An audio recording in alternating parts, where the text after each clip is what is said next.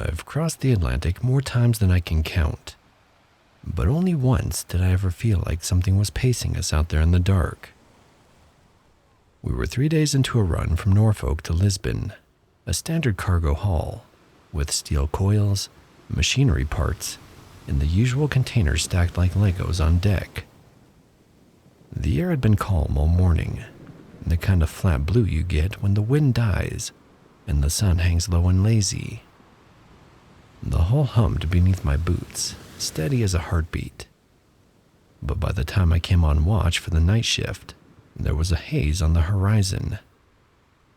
Not fog exactly, more like the air itself was turning pale. Around 0200, I spotted lights off our starboard side. At first, I thought they were distant, maybe another freighter on a similar route. But they didn't fade or drift the way distant lights should. They stayed there, level with us, just far enough that I couldn't make out the ship's shape. Only the glow of what looked like portholes or deck lamps. "Starboard traffic 2 points," I told the captain over the radio. He stepped out, peered through binoculars, and frowned. Nothing on AIS. Automatic identification system should have shown their location, heading, name, but there was nothing, and the radar sweep came back clear. We watched it for an hour, same speed, same bearing. I tried hailing on VHF, but I got nothing but dead air, no crackle, not even static. The wind had picked up, cold and wet, carrying that metallic tang of distant rain. By morning it was still there, pale light in the growing daylight, so faint you could convince yourself it wasn't there at all. The haze lingered too, draped over the water like a thin veil. That afternoon the interference started. GPS blinked in and out. Our comms picked up odd tones, like bursts of Morse code that didn't mean anything. Once the engine room called up and asked if we'd been messing with the PA system. Said they heard someone speaking, just a few words, in a voice none of them recognized. By the second night, the lights were closer. I could finally make out its silhouette. It had a long hull, with a high stern, and a shape that looked 50, maybe 60 years out of date. No modern container rigs, and no cranes. It was riding low in the water like it was heavy with cargo, or something else. The captain ordered a slight course change. We turned 5 degrees north. The lights matched us perfectly. Sometime before dawn, I went back out with binoculars. The deck was slick with salt spray and the cold seemed to bite deeper than it should have. I caught the briefest flash of detail. Rusted rails, peeling paint, portholes without glass. There was no crew, not one shadow moving, just those steady, unnatural lights. And then, like someone had flipped a breaker, they winked out. By sunrise, the horizon was empty. No haze and no more ship. Our electronics came back like nothing had happened. No one on board talks about it now, but sometimes when I'm on a night watch, I'll catch myself glancing starboard and wondering if I'll see those lights again.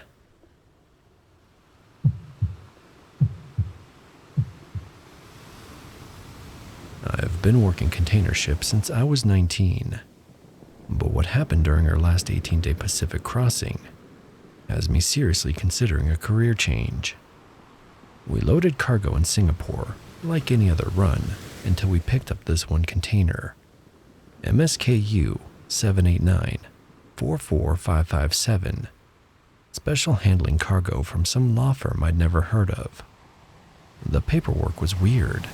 No manifest details beyond personal effects, estate settlement. The container was sealed with not just the standard customs lock, but 3 additional heavy-duty seals. Instructions were clear: do not open, do not inspect, minimal handling. Chen, our cargo supervisor, assigned it to Base 7, Stack 3. The client specifically requested that location. First weird thing happened on day 2. Martinez was doing security rounds when he came back looking shaken. Said he heard deliberate tapping from inside of it. 3 short taps, pause, 3 more taps, over and over. We laughed it off. Containers make noises when the ship moves, but Martinez insisted this was different. Chen checked the manifest again. Personal effects from an estate. Could be an antique clock or music box, something with a mechanism that activates with movement. We've transported weirder things before. By day 5, Martinez wasn't the only one hearing things. Rodriguez heard scratching from the container during night shift. Not metal on metal, but like fingernails on wood. He called me over around 2 a.m. to listen. Standing next to the container, I heard soft scratching sounds, irregular but persistent. Lasted maybe 10 minutes before stopping completely. Maybe there's a cat trapped inside, Rodriguez suggested. But the scratching was too deliberate, too rhythmic, and any animal would have been dead by now. Day 7 is when things got really strange. Kowalski was inspecting the container stacks when he came running up face white. Said there was someone standing on top of it staring out at the ocean. I grabbed my flashlight and we went back together. There was no one there, but Kowalski swore he saw a tall, thin figure in what looked like a long coat. Shadows don't move like people, he said when I suggested it might be equipment shadows. This thing turned to look at me, he replied. That night, I decided to keep an eye on Base 7 myself, set up in the equipment room with a clear view of the container stacks. Around 3 a.m., the motion sensor lights in the bay started flickering on and off in sequence, like something was moving between the containers. I went out to investigate, flashlight in hand. The light stopped flickering as soon as I entered the bay. Everything looked normal, but the temperature around the container felt noticeably colder than the rest of the space. Not drastically cold, but definitely different. I put my hand on the container's surface. The metal was ice cold, even though the adjacent containers were normal temperature. And I swear I could feel a vibration through the steel, like a very faint heartbeat. By day 10, word had spread through the crew. Guys were avoiding Base 7 unless absolutely necessary. Chen was getting irritated with the rumors affecting work efficiency, but even he seemed uneasy when he had to go near that container. Williams, our engineer, reported that the ship's electrical systems kept having minor glitches whenever he ran diagnostics near Base 7. Nothing serious enough to affect navigation or safety, but consistent enough that he started routing his inspections around that area. Electronics don't like whatever's in that container, he told me privately. My multimeter goes haywire every time I get within 20 feet of that thing. The scratching sounds continued nightly. Different crew members reported hearing them during various shifts, always around the same container. Some nights it was soft, almost tentative. Other nights it was more urgent, desperate even. Peterson swore he heard muffled voices one night, like people having a conversation inside the container. But when he pressed his ear to the steel wall, everything went silent immediately. Day 14 brought the worst incident. Martinez was doing his rounds again when he came sprinting back to the bridge, barely coherent. Took us 10 minutes to calm him down enough to explain what happened. He said he was walking past the container when all the lights in Base 7 suddenly went out.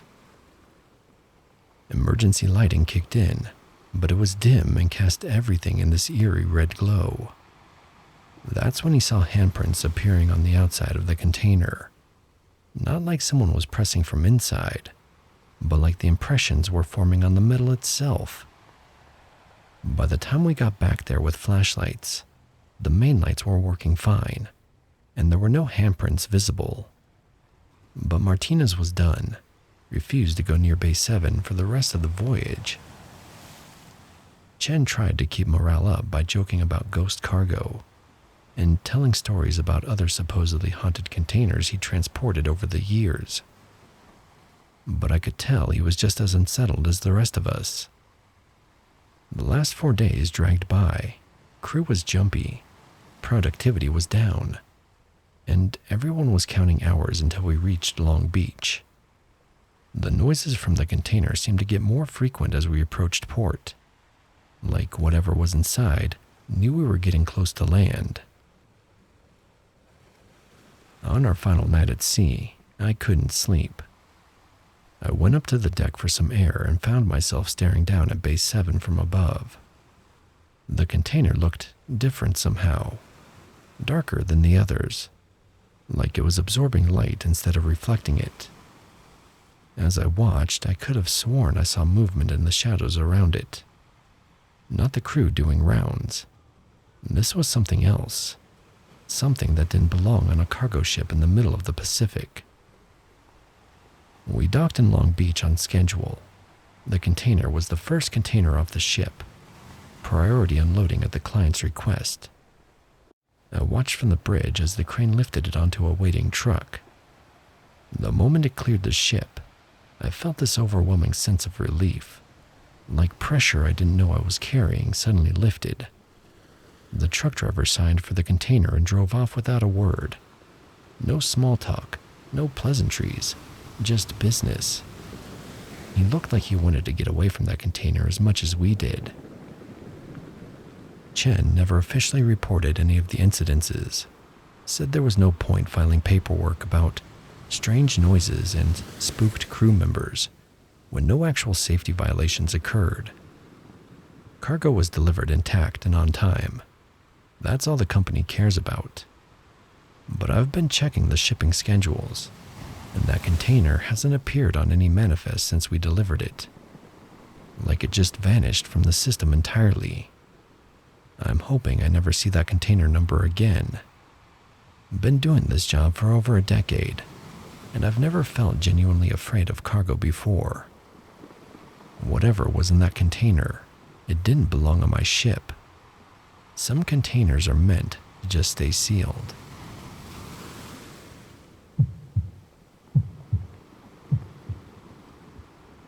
I just got back from what was supposed to be a relaxing 7-day Caribbean cruise, and I honestly don't know if I'll ever feel normal again. I keep telling myself there's a logical explanation for everything that happened, but deep down I know there isn't. My wife Sarah and I booked this cruise for our 10th anniversary. We're not rich people. This was a big splurge for us. Saved up for over a year. Got an interior cabin on deck 6, room 6247. Nothing fancy, but we were just excited to finally take a real vacation. The first day was perfect. Beautiful weather, great food. Sarah was already talking about booking another cruise next year. We went to bed around 11 p.m., both exhausted from traveling and excited for tomorrow's port day in Cozumel. That's when the knocking started. It was soft at first, 3 quick taps on our cabin door around 1:30 a.m. I figured it was some drunk trying to find their room. You know how cruise ship hallways all look identical. I ignored it, but then it happened again about 10 minutes later. Same pattern, tap, tap, tap. I got up and looked through the peephole. The hallway was empty and dimly lit by those emergency exit signs. There was no one there. I chalked it up to the ship settling or maybe noise from the cabin next door. But it kept happening, every 15 to 20 minutes until about 4 a.m. Always 3 taps, always the same rhythm. Sarah's a heavy sleeper, so she didn't wake up, but I barely got any rest. When I mentioned it at breakfast, she suggested I call guest services if it happened again. Day 2 was Cozumel. We had an amazing time. Snorkeling, lunch on the beach, and margaritas. I almost forgot about the weird night before. We got back to the ship around 6 p.m., showered and went to dinner. Everything felt normal again, until we got back to our cabin around 10 p.m. The temperature was wrong. Not cold exactly, but noticeably cooler than the rest of the ship. Sarah commented on it too. Did we leave the AC cranked up? But when I checked the thermostat, it was set to 72, same as always. The room just felt weird. We were getting ready for bed when Sarah called out from the bathroom. "Babe, did you use all the towels?" I walked over. The 2 bath towels that housekeeping had left folded on the counter were now on the floor, soaking wet, even though neither of us had showered since before dinner. Sarah looked at me like I was supposed to have an explanation, but I was just as confused as she was.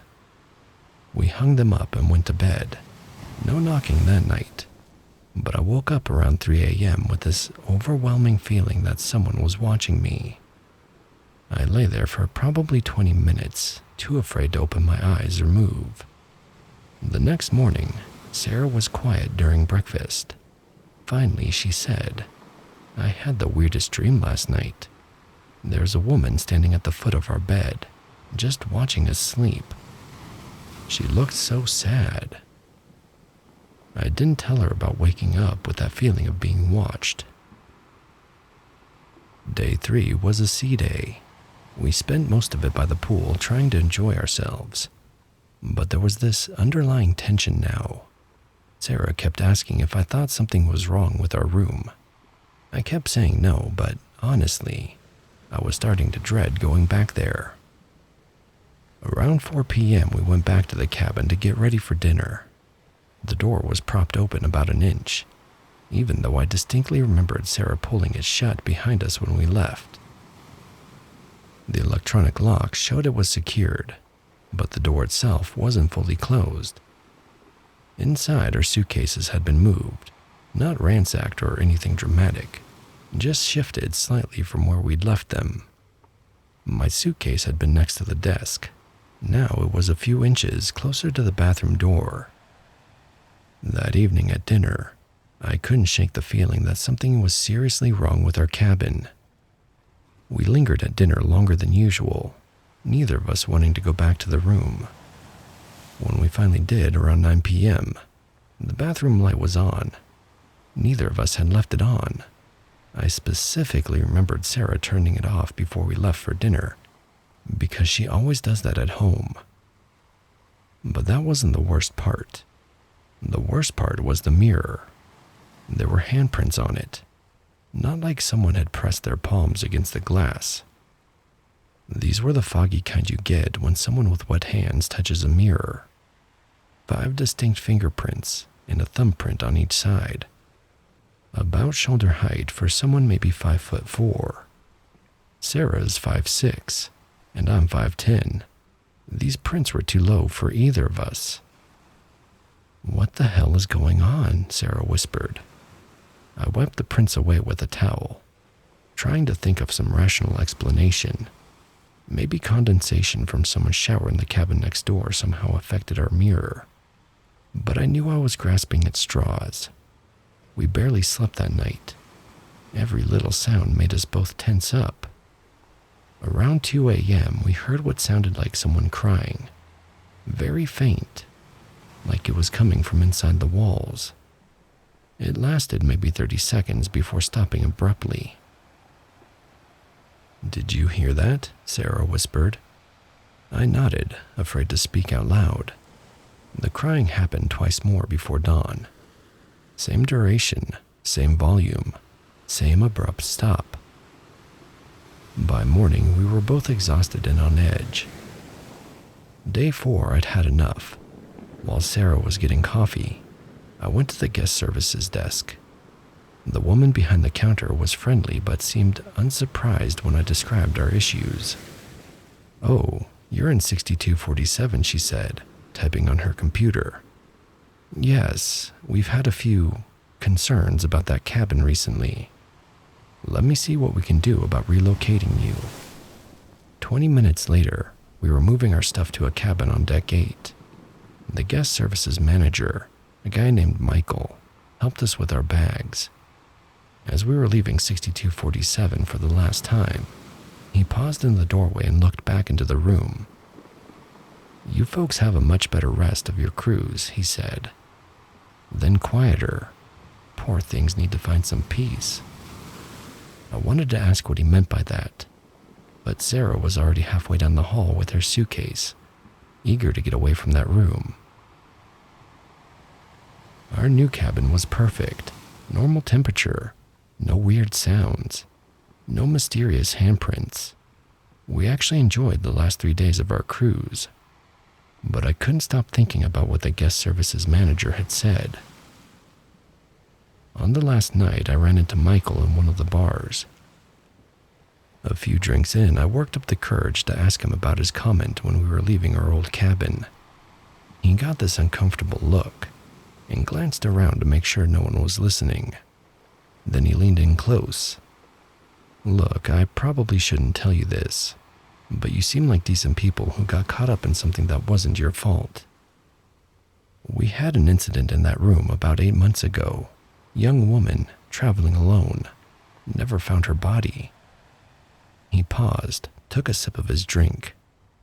"Thing is, her cabin door was locked from the inside when we found the room empty the next morning. Security footage showed she never left through the main door.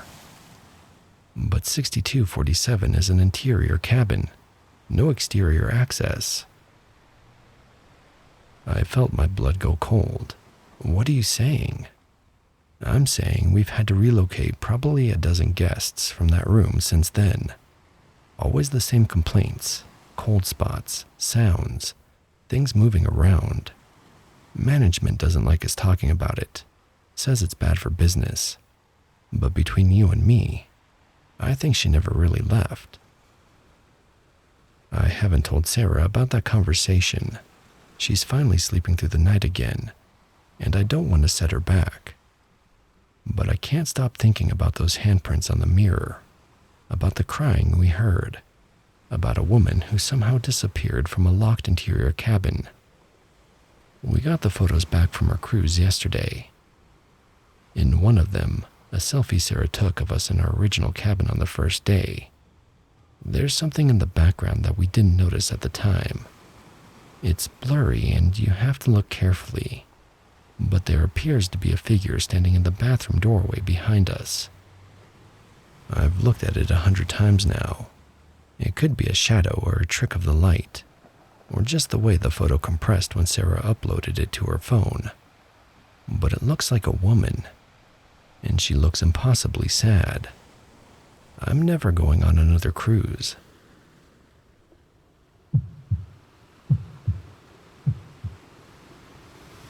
I signed onto the Marlin Grace out of Gloucester in early spring.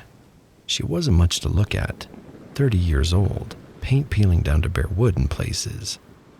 But the pay was decent, and the season was just starting. The captain was an older guy named Hollis. He had that quiet, weathered look fishermen get after too many winters at sea. He didn't talk much about the boat, just told us what needed doing and expected it done. The rest of the crew were like me, green to this particular boat. A mix of locals and a couple of guys from down south who'd come up chasing work. The first odd thing I noticed was the logbook. Every page before the day we left was missing, neatly cut out with a razor. When I asked Hollis if he had the older records, he just said, "It doesn't matter now." The pages smelled faintly of salt and something else. Old oil maybe, or something sharper I couldn't place. On the second day out, we started hearing things in the wheelhouse radio. Not voices exactly, more like a low, drawn-out tone that would cut in between weather reports. The captain swore it was just interference from a nearby trawler, but we never saw another vessel. Sometimes the tone would shift, almost like a breath held too long, and you'd swear for a second there was a soft sigh beneath it. Other things followed. A deckhand named Ray swore he saw a man standing on the stern at night smoking. But when he went back there, the place was empty, just the rail wet from spray and the salty breeze tugging at the loose ropes. Another guy found his bunk soaked one morning, even though the hatch above him was shut tight and the weather had been clear all night. He swore the smell of diesel lingered, like someone had been there running the engine late. The thing that stuck with me happened on the 5th day. I was working the winch when the net snagged. We hauled it up expecting rocks or debris, but instead found an old orange slicker tangled in the mesh. It was faded and stiff with salt. But the strangest thing was the name stitched into the collar, a name none of us recognized, and none of us had seen among the new crew. No one said much after that. You could feel the unease settling in. Everyone kept glancing at the dark corners of the deck or the empty wheelhouse doorway, like expecting to see someone there. I caught myself avoiding the captain's cabin, not because he was mean or anything like that, but because it always smelled faintly of old tobacco and something else, like burned wood and salt. When we finally made port, I mentioned some of it to a guy at the dock who'd been eyeing our boat. He just shook his head and said, "Didn't know Hollis finally got a crew to stick." I asked him what he meant. He said there'd been an accident last fall, lost a man overboard. The story went that it wasn't a storm, just bad luck in clear weather. The rest of the crew quit within a week. Hollis never renamed the boat, never repainted the stern where the old name had been scraped off, just hired new hands and went back out. That was my first and last trip on the Marlin Grace.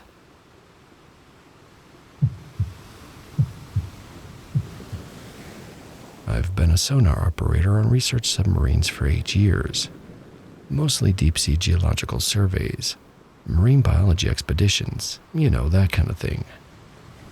You hear weird sounds down there, whale songs, thermal vents, shifting sediment. But what happened during our mission in the Denmark Strait last month has me questioning everything I thought I knew about what's down there.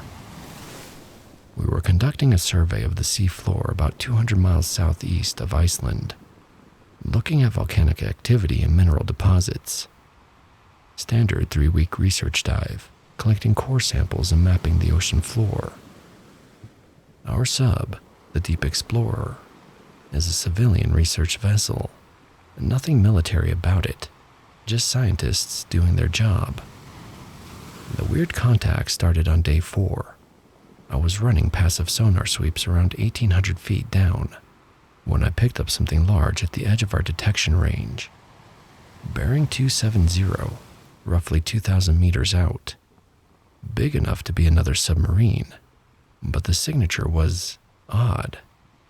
Not quite right for any civilian or military vessel I'd seen before. I reported it to Dr. Martinez, our mission commander. She had me switch back to active sonar for a clearer reading. The ping came back showing a cylindrical object, approximately 220 feet long, holding steady at our same depth. Probably a research vessel from another country, Martinez said. Log it and keep monitoring. But here's the thing. When we changed course to investigate a thermal vent cluster about 10 kilometers north, the contact moved with us, maintained the exact same distance and bearing. When we slowed down, it slowed down. When we accelerated, it kept pace perfectly. Day 5, I started paying closer attention to the contact's behavior. Whatever it was had incredible maneuverability for something that size. No engine noise that I could detect. No propeller signature. It was silent except for the occasional metallic groaning sound, like an old hull under extreme pressure. Could be a military drone submarine, suggested Paddle, our marine biologist. Some navies have autonomous deep-sea vehicles now, but autonomous subs don't typically shadow civilian research vessels for days at a time, and they definitely don't maintain radio silence when hailed on standard maritime frequencies. By day 6, the whole crew was aware we had a follower. Dr. Martinez tried raising them on every frequency we had, civilian, military, even emergency channels. Nothing but static. The contact just kept maintaining that perfect 2,000-meter distance, matching our every move like it was tethered to us. That night, while most of the crew was sleeping, I was alone in the sonar room when I heard something that made my blood run cold. Through the hole, barely audible, came the sound of metal striking metal. 3 short taps, pause. 3 long taps, pause. 3 short taps. SOS and Morse code. I immediately switched to active sonar maximum range. The contact was still there, but now I was picking up something else. Smaller debris scattered around it. The sonar signature looked wrong, distorted somehow. Parts of the contact seemed to fade in and out of detection, like sections of the hull were compromised. I woke up Martinez and showed her the readings. She stared at the sonar display for a long time before asking me to pull up our mission charts. We cross-referenced our current position with historical maritime records. Her face went pale. My God! Turns out we were operating almost directly above the last known position of U-972, a German-type V-2C U-boat that went missing in these waters on December 1943. It was 220 feet long, lost with all 52 hands during the height of the Battle of the Atlantic. The wreck was never found despite multiple search efforts. What made it even stranger, U-972's last radio transmission was sent from coordinates just 15 miles from our exact position on December 15th, 1943, exactly 81 years ago, almost to the day. Martinez ordered us to service immediately. As we ascended, I kept tracking our mysterious follower. It rose with us initially, maintaining that same perfect distance. But around 600 feet depth, the contact simply vanished. One moment it was there on sonar. The next moment our screen showed empty water. We spent the next hour on the surface, scanning all directions with both radar and sonar. But there was nothing. Whatever had been following us was gone without a trace. But here's what really unsettled me. During those final minutes before it disappeared, I swear I heard something else through our hydrophones. Faint voices speaking what sounded like German, mixed with that metallic tapping, like someone was trying to communicate using the old Kriegsmarine short signal codes. When we got back to port, Martinez filed a report with the maritime authorities about a possible unidentified submarine in the area. But when they sent a patrol vessel to investigate 2 weeks later, they found nothing. I've been going over the sonar's recordings every night since we got back. The contact's dimensions match U-972 almost exactly. The debris field I detected corresponds to what you'd expect from a submarine that's been sitting on the ocean floor for over 8 decades. But German U-boats from 1943 don't just start following research vessels. They don't maintain perfect formation for days at a time either. And they definitely don't vanish into thin air when you're actively tracking them with multiple instruments.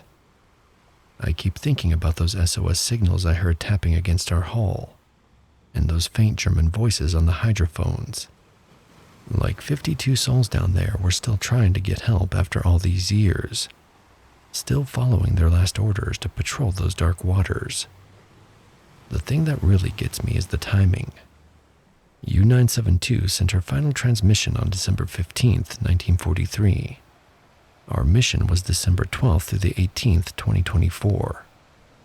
We were there on the exact anniversary of her disappearance. I don't know what followed us for 3 days in the Denmark Strait. Part of me hopes I never find out. But I can't stop wondering if there are still crews trapped down there in the dark. How many other research missions have they shadowed, trying to send their final message home? I've got another deep sea assignment coming up next month. Different location, thankfully. But I'm not sure I'll ever feel the same about what might be lurking just beyond sonar range, waiting in the depths where the Battle of the Atlantic claims so many souls. You have been watching Neon Noir, a Radion production brought to you by Spoopy Cola.